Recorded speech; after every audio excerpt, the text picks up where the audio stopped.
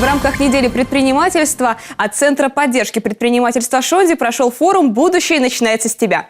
Мы не могли пропустить такое событие и вторглись в атмосферу денег, успеха и невероятной целеустремленности.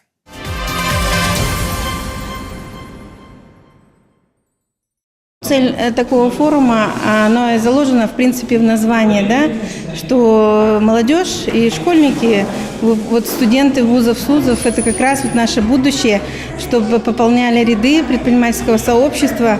Все равно, так или иначе, у нас уже целые отрасли, это частный бизнес, поэтому, чтобы они уже знакомились с данной сферой, уже планировали свою и это и профориентационная работа, планировали свою дальнейшую учебу, это уже с учетом того, что они увидят и услышат здесь на форуме, да, может быть, их где-то скорректируют какое-то вот направление.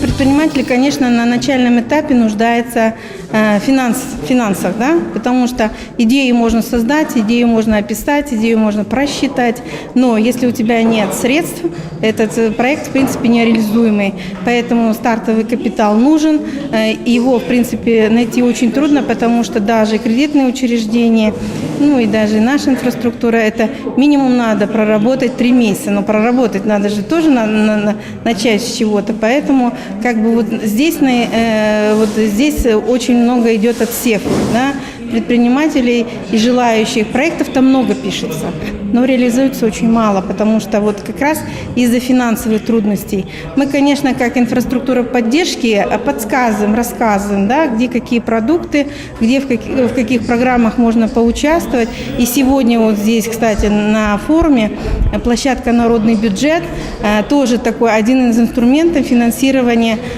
допустим, и предпринимательских есть проектов, и, допустим, проектов в сфере создания рабочих мест, да, вот такой как бы механизм народного бюджетирования. Народное бюджетирование, оно заключается в том, что население той территории, где будет реализован проект, предприниматель выходит на население той территории, где он хочет реализовать предпринимательский проект, и он с население решает, нужен этот предпринимательский проект селу, да, или там району какому-то. И это правильно, потому что иногда мы 58-ю парикмахерскую открываем, да, в селе, создаем конкуренцию тем уже, которые есть. Поэтому, в принципе, население отталкивается от тех проблем, с которыми они связаны. Да. Если это нет магазина, они, конечно, хотят, чтобы была выездная торговля. Если нет каких-то ритуальных услуг, да, ну, в то же время это все далеко, удаленно, они, конечно, уже исходят из этого.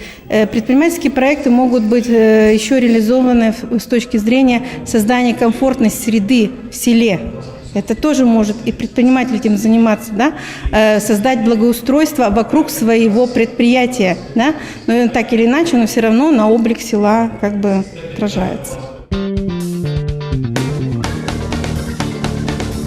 В этом году у нас на площадке Шонды был первый выпуск, уже семейный такой бизнес.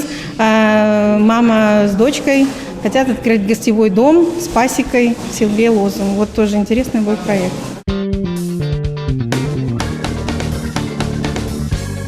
Мы ушли от прямой финансовой поддержки, и теперь поддержка финансовая, но она возвратная. Если мы выдаем микрозаймы, то они, конечно, должны вернуться. Да? И вот с точки зрения, если раньше человек получал грант, его можно было не возвращать, да, но и в том плане, что очень многие получали грант, но, в принципе, не могли развиваться. И получается, год, 2, 3 они просуществовали, и так или иначе некоторые закрывались. То сейчас это возвратные деньги, вот финансовый механизм, и мы идем по пути того, что мы развиваем самого предпринимателя, да? Это мы ему даем знания, умения, навыки, чтобы он был сам конкурентоспособен. Да? От его навыков и знаний очень тоже много зависит, потому что надо сначала себя наполнить, понять, да, для чего ты, как ты с бизнесом будешь как бы руководить, управлять, а потом уже тебе можно дать какие-то финансы в руки. А у нас есть консультации экспертов, это в сфере налогообложения, да, так или иначе все предприятия ведут, но все равно так или иначе сталкиваются с какими-то проблемами, или что-то не понимают, или выбрали не ту систему, да, и вот как раз они к нам могут прийти к консультанту-эксперту, он совершенно бесплатно, им может, в принципе, на основании с документами они могут подойти и дать рекомендации, как что изменить в внутреннем учете, как бы, чтобы их предприятие стало более рентабельным, где-то какие-то снизить издержки внутренние, потому что предприниматель, как правило, даже не понимает, что внутри творится их предприятие иногда.